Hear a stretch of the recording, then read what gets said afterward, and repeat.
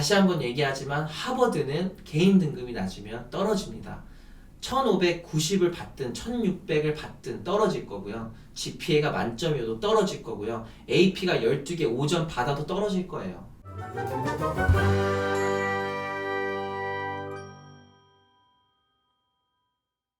안녕하세요 여러분, 테스트네이션의 우성쌤입니다. 오늘은 에릭 선생님과 함께 해외 입시에 대해서 얘기를 한번 나눠볼까 하는데요. 저희가 오늘 나눠볼 주제는 하버드 입시, 하버드 입학 왜 이렇게 어려운가입니다. 사실 우리나라 학생들이 전 세계적으로 공부도 굉장히 많이 하고 정말 손에 꼽힐 정도로 사실 공부에 시간을 쏟는다고 하잖아요. 그렇죠. 그리고 돈도 굉장히 많이 소비하는 걸로 알려져 있고, 그거를 생각해 보면은 우리나라 학생들이 굉장히 하버드에 많이 입학을 해야 될 것 같은데 왜 이렇게 한국 학생들이 열심히 이렇게 공부를 하고 성적도 좋은데도 불구하고 하버드에 입학하는 게 왜 이렇게 어려운지 한번 얘기를 해주시면 좋을 것 같아요. 이 질문 진짜 많은 사람들이 하겠다. 그리고 제가 이 질문을 하버드 영상에서 찍었거든요. 뭐라고 찍었냐면 개인 등급 3점 이하로 떨어지면 무조건 탈락된다 라는 게 무조건 나와 있어요. 9만 페이지 입학 사정 했던 지난 5년간의 스태티스틱을 보면 2018년 전서부터 다 떨어뜨렸어요. 3점 미만으로 받았으면.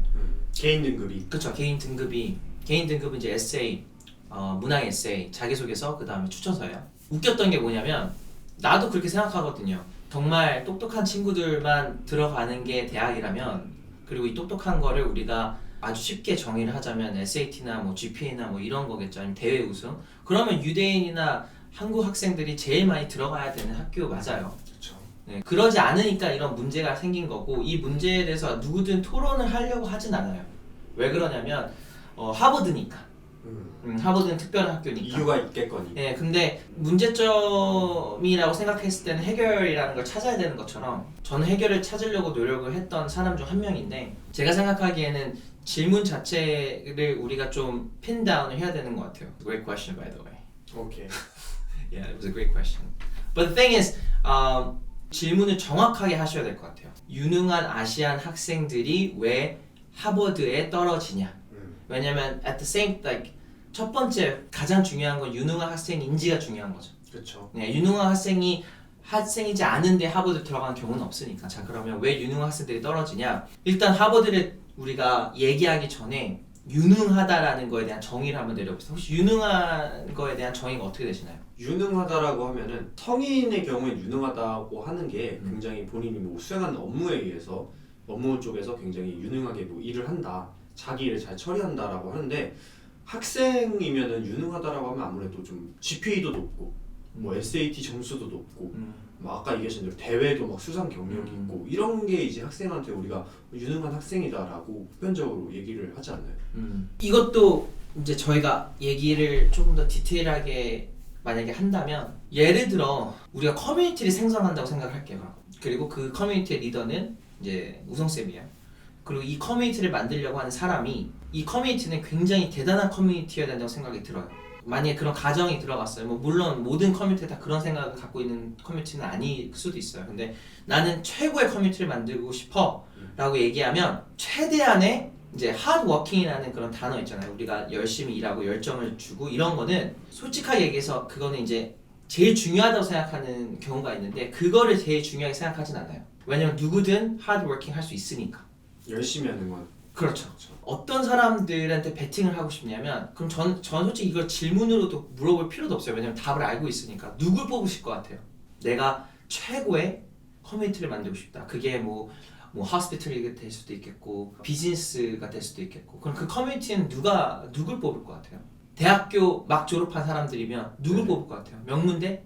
아이비리그? 혹은 커뮤니티 컬리지에서 졸업한 친구? 아이비리그 출신을 뽑겠죠. 그렇죠. 아이비리그 출신 뽑겠죠. 되게 왜 그럴까요, 그럼? 그 사람들이 뭐 저희가 보편적으로 생각했을 때 아는 것도 뭔가 많을 것 같고, 말도 되게 잘할 것 같고, 표현도 되게 잘할 것 같고, 뭐 창의적인 아이디어도 막 있을 것 같고, 그런 약간 저희의 어떻게 보면은 선입견인데 그런 게 좀 없을 수는 없죠. 이 좋은 인스티튜션이 왜 아이비리그를 뽑냐면 미리 프리스크리닝이 된 친구들이기 때문인 거예요. IQ 테스트를 이미 통과한 친구들, SAT 시험을 본 친구들. 나로서는 굳이 베팅을 한다면 이미 거의 검증된 친구들을 데리고 와서 거기다가 hardworking이 붙여지면 그렇죠. 어마어마한 시너지가 올라갈 텐데 이 intrinsic intelligence를 갖고 있지 않은 사람들한테 베팅할 필요는 없는 거죠. 그러면은 다시 돌아와서 엔드골이 좋은 직업을 갖는 건 아니지만 좋은 커뮤니티 안에 속해 있는 사람들은 대부분 다 굉장히 유능하고 굉장히 뛰어난 친구들이면 그 사람들은 다 아이비리그나 명문대나 하버드를 졸업한 학생들이 많아요. 비율적으로 많아요. 많을 수밖에 없어요. 왜냐? 그런 이미 프리스크리닝을 다 끝낸 친구들이어서 굳이 더 그 이상을 뭘 볼 게 없다는 거죠. 왜냐면 이 엄격한 기준으로 하버드를 들어갔으니까. 그 기준 안에는 IQ 테스트가 있으니까. 자, 그러면 우리가 그럼 돌아가서 그럼 하버드를 들어가면 인생이 열려진다라는 거는 맞는 말일 수도 있어요. 뭐 opportunity가 더 많아지고 그 environment가 더 좋으니까. 근데 살짝 그 완전 딱 그 전 페이즈 우리가 이제 입시를 얘기하는 거죠. 우리가 거기에 있는 거니까. SAT를 잘 보는 건 맞습니다. 그게 IQ 테스트이기 때문에. 근데 우리가 IQ라는 거를 정말 제대로 알아봐야 돼요. 그러니까 아까 얘기했듯이 좋은 커뮤니티를 가는 게 우리의 목적이긴 해요. 좋은 커뮤니티를 만들든 좋은 커뮤니티를 가든. 그럼 여기서 내가 인플로이어든 아니면 내가 인플로이든 이 과정을 통과한 사람이 더 많은 기회를 받는 거죠. 이 IQ 테스트라는 게 굉장히 중요한데 이 IQ 테스트가 SAT로만이 오지 않는다라는 게 중요한 거예요. 그러니까 대부분의 사람들이 SAT 시험을 높게 받아야지만이 대학을 잘 간다. 그리고 GPA를 잘 받으면 조금 더 좋아진다. 그리고 거기다가 과외 활동이 몇 가지 붙여지면 굉장히 좋고 수상을 몇 개 하면 굉장히 이제 훨씬 더 시너지가 높아져서 하버드를 갈 수 있다라고 하는데 그 틀린 거죠. 왜 틀렸는지 이제 좀 말씀을 이제 드려볼게요. 그러면 IQ, intelligence에 대한 정의를 한번 내려볼게요. IQ랑 intelligence는 1920년도부터 굉장히 이제 연구가 더 이제 많이 만들어지고 더 많은 이제 psychologist가 심리학자들이 이 연구에 몰두하기 시작을 한 거예요. 그래서 이제 웨이스라든지 뭐 이런 IQ 테스트가 이제 훨씬 더 정교해지고 엄격해진 거죠. 그때가 이제 매스 미디어가 일어나면서 뭐 라디오도 뭐 그때는 라이센스가 되고 이런 시점에 모든 게 다 그때 이제 일어난 거예요. 매스 미디어도 생기고 그러면서 이제 통합이 되겠죠. 그래서 이제 사람들이 이런 여기저기 이제 소식들이 다 듣는 그런 시기죠. 그러면서 이제 무슨 일이 일어나냐면 미국 육군에서 이 IQ 테스트를 사용하면서 사람들을 걸러내기 시작했어요. 왜냐면 뭐 밀리터리 자체도 되게 유능한 사람들이 필요했으니까. 그리고 미국 자체가 이제 밀리터리에 굉장히 중요한 자원을 많이 뿜고 있으니까. 여기서 누가 이걸 최초로 썼냐면 하버드가 IQ 테스트를 이제 쓰기 시작을 한 거예요. 왜냐면 미군 육군에서 쓰는 걸 보고 굉장히 메리트를 느껴서 이제 그 디테일적인 거 다 빼고 우리도 사용해야겠다. 이제 걸러낸 시스템을 이제 우리가 써야겠다. 왜냐면 그때 당시까지 누가 제일 많이 들어왔냐면 유대인이 제일 많이 들어왔어요. 그때 어떤 느낌이었냐면 자 유대인이 똑똑한 거 알겠어. 근데 이러다가는 유대인 학교가 될 것 같아. 그렇기 때문에 우리가 IQ 테스트랑 홀리스틱을 같이 넣자. 근데 이 홀리스틱이 지금 와서는 좀 나쁘게 변형이 됐는데 그건 이따가 말씀드리고 그러면서 이제 IQ 테스트라는 게 굉장히 중요하게 됐어요. 그때부터. 이제 IQ 테스트 혹시 믿으시나요? 이런 IQ 테스트라는 IQ 테스트 뭐 어느 정도는 믿어요. 사실 IQ 테스트를 높게 받은 사람들이 실제로 좀 똑똑한 경우를 좀 본 적이 있어가지고 만약에 IQ 테스트를 믿지 않잖아요. 그럼 심리학을 믿지 않는 거랑 똑같은 거예요. 자, 제가 이거 어떻게 물어볼 수 있냐면 만약에 아들이나 딸을 있다면 IQ가 65이길 원하세요? 150이길 원하세요? 150이고 그렇죠. 그럼 믿는다는 뜻이에요. 만약에 난 상관없어라고 하면 안 믿는 거거든요. 65면 원숭이 아닌가? 그러니까 대부분 믿어요. 그러니까 IQ 테스트를 안 믿는다고 말하지만 실제로 이렇게 질문하면 다 150 원해요. 그렇죠. 그러면 IQ 테스트를 믿는다는 뜻이거든요. 그냥 우리가 다 IQ 테스트를 믿어요. 그럼 IQ 테스트가 굉장히 중요하기 때문에 그게 이제 계속 학교 입시에 이제 계속 반영이 된 건데 그게 이제 SAT 시험이 된 거죠. 근데 이제 여기서 집중해야 되는 게 우리가 유능한 사람들을 뽑을 때 IQ 테스트를 우리가 지표로 본다고 했잖아요. 예를 들어서 하버드가 입시라는 거를 이제 처음 내세울 때 이 입시라는 거를 처음에는 유능한 친구들이라든지 아니면 이제 조금만 더 역사를 얘기하자면 1960년도에 무슨 일이 있었냐면 하버드가 입시를 할 때 대부분은 굉장히 높은 IQ를 갖고 있는 친구들이 아니라 뭐 예를 들어 1960년도 때 하버드를 다녔던 학생들의 IQ가 몇인지 아시나요? 기준이 높았나요 그때는? 그러니까 원래 항상 기준이 높았어요. 항상 높았다. 네. 한 120, 30? 평균 IQ가 학생이 105에서 110이었을 거예요. 근데 그때 전체 학교에 그때 학생들의 IQ가 100이었던 걸로 기억이 나요. 생각보다 막 엄청 차이 나진 않네요. 그렇죠. 엄청 차이 나지 않죠. 그리고 되게 의아하고 뭐 되게 이상하잖아요. 하버드가 IQ로 검증을 한다고 했는데. 그렇죠. 근데 IQ라는 것 자체, 인텔리전트라는 것 자체가 많은 그 브랜치가 돼요. IQ라는 정의를 우리가 했을 때 단순한 테스트로도 정의를 할 수 있지만 유전자로도 검증이 돼요. 1960년도 때는 왜 그렇게 IQ가 많이 평균이 낮았냐면 굉장히 유능하고 부자인 부모님의 아들이나 딸이 많이 들어갔어요. 뭐 시험을 잘 통과하지 못하거나 IQ가 낮아도 이 사람들처럼 되겠지. 부모님이 부자니까 얘도 그렇죠. 부자처럼 잘하겠지? 그렇죠. 이제 NBA 요즘 핫한 그 버 패밀리가 있는데 그 사람이 이제 아들 3명을 다 농구하는 사람으로 애들로 키웠거든요. 그래서 이름이 볼이에요, 볼. 근데 와이프를 정했을 때 무조건 큰 키, 피지크가 큰 사람으로 정했는데 그 와이프를 보자마자 바로 너야 하라고 했대요. 키가 많이 큰가 보네. 굉장히 커요. 여자치고는. 그래서 애들도 커요. 다 190이 넘어요, 다. 102m가 좀 안 되는. 그러니까 유전자를 굉장히 믿어요, 미국은.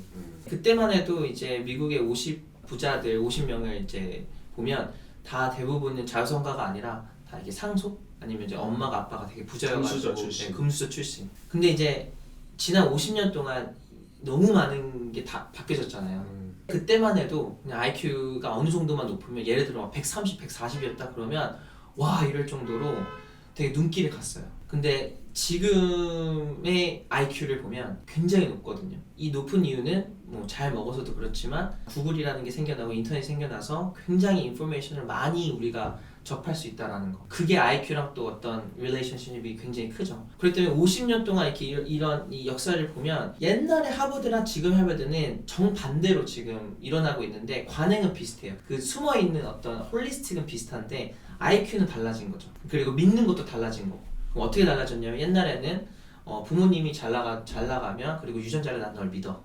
근데 지금 같은 경우에는 탑 50 그 richest people이 누굴까요? 제가 알기로는 자수성가형 되게 맞습니다. 많은 걸로 알고 있거든요. 자수성가가 한 40 몇 명 되고 그 다음에 상속을 받은 사람들이 한두 명? 3명? 이렇게 될 거예요.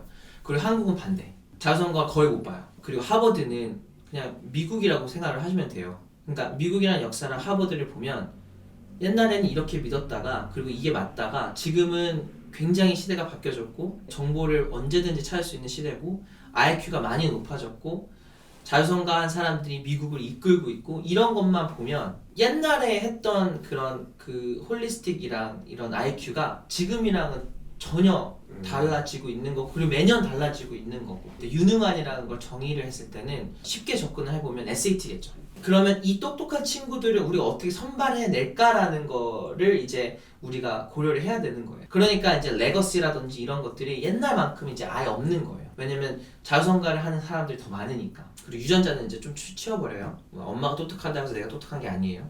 이제 그런 시대는 갔고 그러면 이제 유능함이라는 게 뭘까? 첫 번째 SAT 테스트. 어쩔 수 없어요. SAT는 그걸 디나이해요. 아 우리는 IQ 테스트가 아니야. 근데 말도 안 되잖아요. 프로블럼 서빙이 어떻게 IQ 테스트가 아니에요.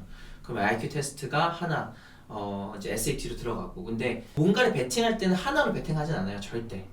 그렇기 때문에 SAT 시험을 가지고 이제 IQ를 측정을 하되 제가 말한 그 처음에 개인 등급을 가지고 또 IQ 측정을 하는 거예요. 그럼 어쨌든 하버드에 입학하려면 SAT 고득점이 필요한 거는 사실이에요. 당연히 사실이죠. 그렇지만 이거는 확실해요. 1520, 30, 40이랑 1600이랑은 큰 차이는 없어요. 그러니까 1500점 뭐 초중반 넘어가기 시작하면은 다른 게 더 중요할 수도 있다. 그렇죠. 그러니까 대부분은 이제 미국 대학 입학한 사람들을 보면 대부분 10학년 때 혹은 11학년 초반 때 SAT를 바로 끝내버려요. 근데 대부분 그 학생들의 점수를 보면 1520, 1540이에요. 왜냐? 이 정도만 받아도 필요가 없거든요. 그리고 이 사람들은 똑똑해서 무슨 생각하냐면 이 친구들은 내가 이만큼의 시간을 투자했을 때 20, 30점 오르는 게 그렇게 필요하지 않다라고 생각을 해요. 차라리 다른 거를 하는 그렇죠. 그게 굉장한 IQ죠. 그게 실제로 똑똑한 친구들이에요. 근데 이제 우리 한국에서의 어떤 교육의 문화는 이제 숫자로 보여주는 걸 굉장히 좋아하고 좀 뭔가 증명하는 걸 좋아하기 때문에 그것 중에 그쵸 더 높은 점수 그게 수능 때문에 그런 것 같아요. 수능에서 무조건 이만큼 받으면 무조건 서울대에 들어간다라는 생각을 갖고 있고 그 개념을 아직 놓지 못했던 것 뿐인 것 같아요. 그래서 개인 등급이라는 게 왜 들어가냐 뭐 아까 얘기했듯이 자기소개서랑 문항이랑 추천서인데 당연히 들어가죠. 왜냐면 이건 말하기랑 글쓰기인데 말하기랑 글쓰기에 어떻게 IQ가 안 들어가겠어요. 왜냐면 글을 썼을 때 아주 좋은 창의적인 아이디어를 갖고 있어도 글이 엉망진창인 사람이 있어요. 말 한마디도 못하는 거죠. 이 사람한테 얘기하면 100% 100명이면 100 다 헷갈려요. 근데 아이디어가 없어도 논리가 아주 깔끔하고 사고 판단이 좋은 친구들이 있어요. 그러면 그 친구들은 IQ가 높은 거예요. 제가 이제 IQ에 대해서 이제 더 이상 말 안 하고 싶긴 한데 너무 많이 얘기해서 SAT가 한 부분이고 자기소개서에서 어느 정도 이 친구가 갖고 있는 생각과 논리적 근거 뭐 이런 것들을 찾아요. 왜냐면 글 쓸 때 우리가 어느 정도는 배우잖아요. 서론, 본론, 뭐 그다음에 결론 이렇게 해서 흐름이 있어야 되고 또 디시스가 있어야 되고 누가 가르치진 않았지만 어떤 친구는 진짜 잘 쓰고 저는 그래서 글을 쓸 때 저한테 이제 학생이 글을 보여주면 뭐가 잘못됐어요? 라고 얘기하면 넌 처음부터 끝까지 다 잘못됐어. 그러니까 뭐 하나, 두 개 고쳐서 잘못될 수 없어요. 그 자체가 그러니까 논리가 없는 거예요. 논리가 없고 IQ가 낮은 거예요. 근데 막 엄청난 성과를 부리지도 않았는데 글 하나만 봐도 얘 진짜 똑똑하다라고 느낄 때가 있어요. 그게 이제 우리가 말하는 IQ의 하나의 요소가 들어가는 거고 그 다음에 문항 에세이 같은 경우에는 뭐 전공하자는 것들에 대한 deep analysis가 들어가는 거죠. 예를 들어 뭐 나는 케미스트리 공부하고 싶거나 아니면 암을 공부하고 싶다고 해요. 근데 그냥 단순하게 그런 게 아니라 나는 어떤 것들에 대한 관심이 있는데 그 말을 막 테크니컬하게 푸는 게 아니라 누가 봐도 이 사람이 이걸 이해했고 이거 안에서 얘가 해결하고자 싶은 게 확실하게 어느 정도의 양을 읽지 않는 이상은 나올 수 없는 그런 말들을 해요. 그러니까 그런 것들 포함 마지막으로 선생님 추천서. 선생님 추천서 왜 중요하냐면 이 선생님이 클래스를 들었기 때문에 가장 객관적으로 이 친구의 영향력을 얘기할 수 있는 사람이 되는 거예요. 그것도 IQ예요. 그러니까 내가 GPA 4.0을 받아서 IQ를 내가 이렇게 증명하는 게 아니라 프로페션에 있는 사람이 이 친구의 능력을 인정하는 게 그게 IQ가 될 수가 있는 거예요. 그런 개인 등급 때문에 이제 사람이 그러니까 그 탈락이 되는 건데 유능하다라는 게 SAT로만이 오는 게 아니고 GPA 절대 아니고요. GPA는 그냥 내가 얼마나 꾸준하나 consistency를 보는 성실함을 보는 거예요. 근데 이것도 좀 달라요. GPA를 만점 받은 게 진짜 컴페레티브한 학교에서 만점 받았고 그 학교의 역사가 굉장히 풍부하고 엄청 학생도 많고 네, 학생도 많고 그러면 똑똑한 학교고 그러면 거기서는 인정이 돼요. 그만큼 열심히 했다라는 게. 근데 인정을 받는 학교가 많이 없어요.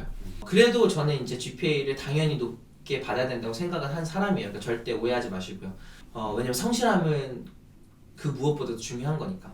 그럼 성실함 빼고 과외활동 이것도 IQ를 측정할 수 없어요. 빼고 SAT 개인 등급. 진짜 이 두 가지가 되게 중요해요. 그럼 이제 유능한 친구들은 우리가 정의를 했고 물론 논문이나 과외활동 같은 건 다음에 얘기할게요. 하버드에 대한 정의를 우리가 잘할 수 있냐? 하버드는 어떤 학교라고 생각해요? 대부분? 하버드 공부 잘하면 가는데 우리나라에서 약간 공부 잘하면 서울대 가듯이 전 세계수를 아우를 만큼 공부를 잘하면 뭐 하버드 간다. 약간 보편적으로 그렇게 생각하지 않나요? 그러니까 우리가 여기서 진짜 크게 잘못된 그 시점이 뭐냐면 대한민국의 가장 좋은 학교 서울대학교 전 세계적으로 어플리케이션을 받나요? 아니죠. 우리나라 학생들이 거의 대부분이죠. 그러면은 다이버시티라는 게 존재하나요? 서울대를 가면 뭐 프랑스, 아니죠. 뭐 네덜란드 뭐 이렇게 다 있나요? 그냥 전국에 있는 전교 1등들이 모인 학교. 그렇죠. 한국은 다이버시티가 중요하지 않아요. 다이버시티라고 얘기하면 정의가 되게 많겠지만 ethnicity가 중요하지 않다는 거죠. 그러면 이제 서울대를 들어가는 거랑 하버드대를 들어가는 거랑 되게 비슷하게 보시긴 해요. 왜 서울대에 들어가는 게 하버드보다 힘들다라고 얘기해서 당연히 힘들죠. 한국 사람이 다 지원하는데 미국 아이비리그 특히 하버드는 뭐가 다르냐? 인종이 있고 전 세계적으로 이제 사람들이 어플리케이션을 내서 이제 어느 정도의 퍼센테이지는 뭐 화이트, 어느 정도의 퍼센테이지 블랙 뭐 이렇게 나눠져 있어요. 그게 유지가 되고 통계로 보여주고 거기서 가장 중요한 게 뭐냐면 하버드 입시 이 관행이 엄청 sophisticated해요.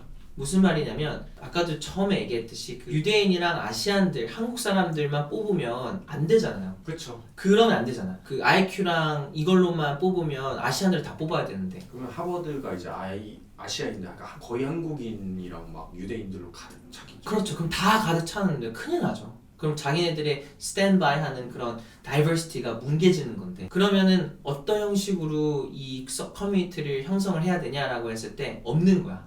이 오브젝티브한 뷰가 없어요. 그럼 어떻게 해야 되냐면 자기네들만의 룰을 만드는 거예요. 그게 뭐냐면 홀리스틱 뷰예요. 홀리스틱이 뭐냐면 총체적인 입시를 가능하겠다.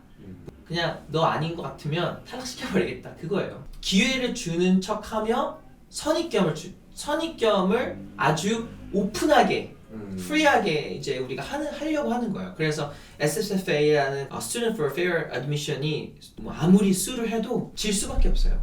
policy 자체가 너무 complicate하고 입학사정과 소위원회, 대위원회부터 뭘 보냐, 등급 이런 게 다 나눠져 있고 거기서 자기네가 생각하는 얘가 아니다라고 하면 아닌 거거든요. 근데 제가 찾았던 게 뭐냐면 이 친구가 하버드에서는 아시안이라고 느껴지는 순간 탈락돼요. 무슨 말이냐면 자 내가 읽었어 어플리케이션을 근데 여기에 아시안이라고 써있어요. 그건 상관없어요.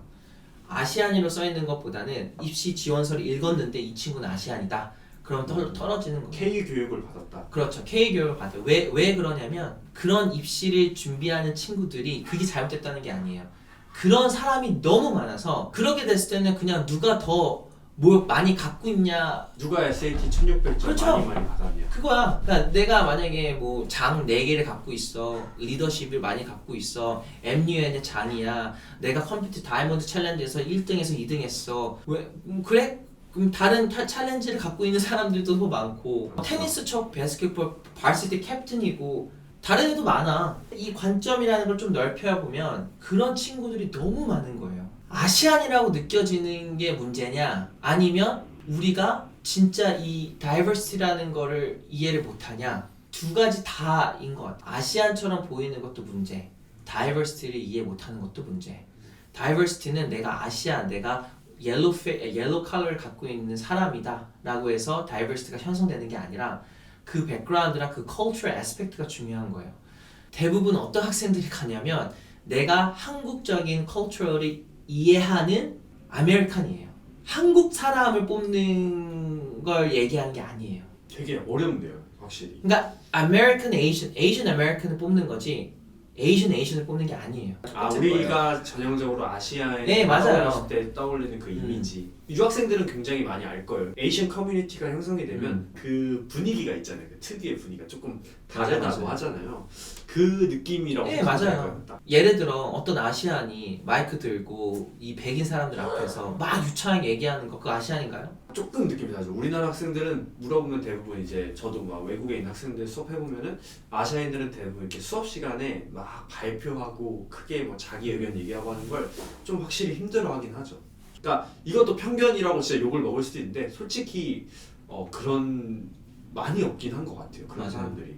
우리가 이 편견을 부서뜨리자라는 관점을 가지고 입시를 해야 되는 게 아니라 뭐 그것도 하나의 방법일 수도 있겠죠. 전략적이거나 뭐 빠르게 하는 그 패스트 트랙이라든가. 근데 제가 중요하게 생각하는 건 이제 예를 들어 내가 뭐가 부족하고 내가 뭘 해야겠다라는 생각을 갖고 있는 친구들이 아니라 지금 당장 어떤 문제점을 가지고 해결하는 친구들인데 그 친구들이 공교롭게도 그냥 테니스를 치고 있었던 거고 그 친구들이 탁구를 했던 거고 그 친구가 매스를 잘했던 건데 우리는 다른 색안경을 끼고 보면 이 친구는 매스를 잘한 거고 탁구를 잘한 거고 테니스를 잘한 거예요. 그러면 이제 어떤 선입견이 우리도 생기냐면 그래? 그럼 나도 이렇게 포트폴리오를 이런 형식으로 우리는 레주메를 짜야겠다. 근데 정작 미국 입학 사정관들이 생각했던 포인트는 이 친구가 했던 해결의 방법, 솔루션, 대처, 비전, 미션 이런 것들을 보고 평가를 주고 그 평가를 SAT랑 개인 등급이랑 SAT랑 개인 등급도 과외 활동이랑 연결돼 있어요. 왜냐면 추천서를 잘 받으려면 개인 과외 활동을 해야 되는 거니까. 그리고 과외 활동에서 내가 뭐 예를 들어서 뭐 에세이를 쓸 수 있는 거니까. 예를 들어 내가 무슨 과외 활동을 안 했는데 어떻게 케미스트리에 대한 전공에 대해서 얘기를 할 수 있겠어요. 내가 케미스트리 랩을 들어갔거나 뭐 이렇게 했으니까 굉장히 그 딥 애널리시스가 들어가는 거죠. 그러니까 다 연결돼 있어. 이렇게 다 웹처럼 연결돼 있어. 그 뉴런처럼. 근데 그 색안경을 끼고 바라보면 안 된다는 거죠. 하버드가 선입견이 엄청난 학교입니다. 하버드를 들어가고 싶은 생각이 이만큼 있잖아요. 그러면 하버드의 학생이 되고 싶다라는 거를 버리시고 미국이라는 나라가 어떤 나라인지, 그러니까 역사도 그래서 되게 중요하고, 저는 솔직히 오늘도 막 NFT 막 이런 얘기도 하고 막 학생들이랑 그랬는데, 저는 이 트렌드에 대해서 되게 민감하지 않다고 생각하는데 굉장히 민감한 사람이더라고요. 그게 무슨 말이냐면 이 트렌드가 있다고 해서 그걸 부정하는 순간 기회라든지 내 여러 가지를 많이 이제 잃어버릴 수 있다고 생각하거든요. 그러니까 일론 머스크가 예를 들어서 원래는 케미스트리를 공부하고 배터리를 공부하는 와중에 인터넷이라는 게 굉장히 뭔가 일어날 것 같다라는 생각을 해서 페이팔을 만들었잖아요. 그러니까 그거랑 똑같아요. 지금 보시는 분들 중에 SAT를 자꾸 고집하거나 자꾸 GPA를 고집하거나 자꾸 MUN 뭐 무슨 대회 뭐 논문 써 이거 자꾸 고집하잖아요. 고집을 하지 말라는 게 아니에요. 하지만 내가 진짜 갖고 있는 어떤 비전이 있고 그 비전에 대한 미션들이 있고 그 미션을 하나하나 수행을 하면서 내가 어떤 식으로 이 문제점들을 풀었는지에 대한 나의 그 과정을 다큐멘트를 하고 그 과정의 다큐멘트가 된 것들이 실제로 IQ를 우리가 대입을 할 수 있는지, 되게 유능하다, 그러니까 스트리트 스마트가 아니라 얜 진짜 스마트하다, 그거를 보여줄 수 있는 학생으로서 살아가야 되는 거지. 아시안 인구 엄청 많잖아요. 이 아시안들이 다 하는 거 하면 안 돼요. 그거는 깔고 들어가고 거기에 on top of that 하나 두 개를 더 잘해야 되는 거예요. 그럼 이제 랩업을 할게요. 솔직히 이런 말을 하는 걸 좋아하진 않아요. 왜냐면 정확한 답을 줄 수 없으니까. 근데 이런 multivariational한 여러 가지의 그 많은 게 꼬여 있는 것들에서 답을 줄 수 있는 건, 하버드를 들어갈 수 있는 방법, 유일한 방법, 정말 내가 봤을 때 가장 현실적인 방법은 글 쓰세요. 글을 쓴다라는 게 그냥 내가 저널을 쓰는 게 이런 게 아니라 내가 하고 싶은 말, 내가 했던 것들, 내가 배운 것들을 계속 적어서 내 것으로 만들어서, 원래는 다른 사람들 거를 내 걸로 만드는 시간이 되게 오래 걸리거든요. 근데 그런 거 와중에 내게 진짜 생길 때가 있어요. 그러니까 예를 들어 리서치 페이퍼를 100개를 읽고 나만의 리서치 페이퍼를 하면서 여러 가지 리서치 페이퍼를 읽으면서 다른 것들을 다 이렇게 하나하나씩 들으면서 읽으면서 또 보면서 굉장히 많이 책을 읽으면서, 그럴 때 내게 생기는 거거든요. 나의 어떤 나의 생각, theory라든지 나의 생각이라는 게 모드가 돼서 이것들을 이제 여러 사람들한테 내가 그 어떤 상황에서도 무슨 말을 자신 있게 할 수 있는 그런 상황이 되거든요. 그런 친구를 안 좋아할 학교는 없을 거예요. 미국 대학을 지향하시는 분들, 그리고 특히 명문대, 아이비리그 지향하시는 분들은 글 좀 쓰세요. 글 쓰고 말로 좀 제발 말을 하세요. 네, 내 생각을 말로 하고 그걸 다시 글로 적고 그걸 다시 말로 해보고. 그러지 않는 이상은 그 누구도 여러분의 포텐셜을 알 수도 없을 거고 측정도 못 할 거예요. 다시 한번 얘기하지만 하버드는 개인 등급이 낮으면 떨어집니다. 1590을 받든 1600을 받든 떨어질 거고요. GPA가 만점이어도 떨어질 거고요. AP가 12개 5점 받아도 떨어질 거예요. 근데 글을 엄청 잘 쓰고 내 이야기를 잘 표현하고 추천서가 좋고 에세이가 좋잖아요. 그러면 1500이 안 돼도 AP가 조금 몇 개 없어도 4점이 있어도 대회가 없어도 논문을 안 썼어도 들어갈 수 있어요. 근데 이거 안 믿잖아요. 근데 실제로 하버드를 보내보셨잖아요, 학생들을. 5명 보냈죠. 저는 그- 더 힘든 학교도 보냈어요. 막 브라운, 리스디 학교도 보냈고 하버드라서 힘들지. 솔직히 뭐 아이비리그를 굉장히 많이 보냈으니까 내 머릿속에 있는 뇌피셜로 얘기하는 건 절대 아니에요. 절대. 여러 가지의 페이퍼도 읽었고 하버드랑 이제 SSF랑 했던 그런 법적 이런 문제의 다큐멘터도 많이 읽었고 재학생도 10년 동안 계속 학교를 붙였고 옛날이랑 지금이랑 역사도 좀 배우면서 그러면서 저는 이제 심리학을 공부를 했고 그러면서 뉴로사이언스도 좀 공부를 한 사람으로서 똑똑함 그리고 인텔리전스라는 게 절대 쉽게 정의가 안 된다. 그리고 이제 하버드를 가는 친구들의 어떤 공통점은 똑똑하게 유능하게 너 똑똑하다라는 게 실제로 무슨 말이냐면 너 말 진짜 잘한다는 거거든. 그렇죠. 그리고 네 말 잘한다라는 게 뭐냐면 너 진짜 지식이 많다는 거고 네가 지식이 많다라는 건 겉으로 지식이 있는 게 아니라 나랑 같이 얘기를 하잖아. 나한테 주저앉을 정도로 그 아규멘트가 센 거예요. 내가 왜? 내가 갖고 있는 지식과 내가 갖고 있는 어떤 생각이 너가 갖고 있는 거랑은 매치가 안 되니까 그러면 내가 이기거든요. 어떤 상황에서도 이긴다는 게 중요한 게 아니라 내가 갖고 있는 생각이 제대로 된 생각이고 그 제대로 된 생각이 굉장한 이 프루프가 많고 그러면은 이 가짜인 것들 내가 선별해낼 수 있고 무너뜨릴 수 있고 조금 더 좋은 길로 이렇게 사람들을 이렇게 인도할 수 있다는 뜻이에요. 똑똑하다라는 걸 다시 한번 생각을 해봤으면 좋겠어요. 저는 똑똑하다는 친구가 제 앞에서 말 한마디도 못하면 전 믿지도 않아요. 근데 뭐 얘는 4.0 받아요. 에세이도 높아요.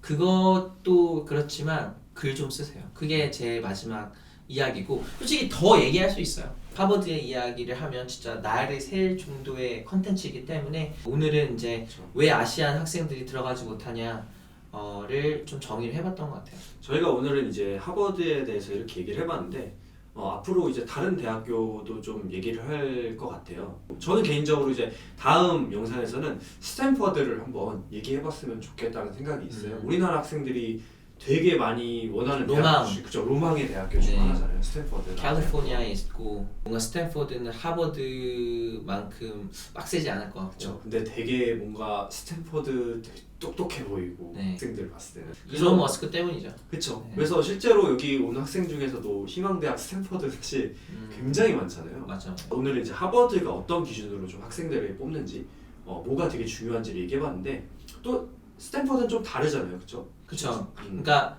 두 개 다 붙는 경우는 많이 없고요. 저도 그렇게 들었거든요. 스탠퍼드랑 하버드랑 굉장히 다르기 때문에 동시에 두 개 붙는 게 쉽지 않다라고 들었는데 그래서 다음 시간에는 저희가 또 뭐 스탠퍼드를 할지 다른 걸 할 수도 있는데 뭐 댓글 남겨주시면은 궁금하신 거 있으면 또 그 부분도 얘기를 해보고 앞으로 또 이제 많은 이런 해외 입시 관련해서 학생분들이 궁금해하고 학부모님들이 궁금해하는 부분에 많이 얘기를 나눌 수 있도록 하겠습니다. 또 다음 시간에 뵙도록 하겠습니다. 네. 수고하셨습니다. 네.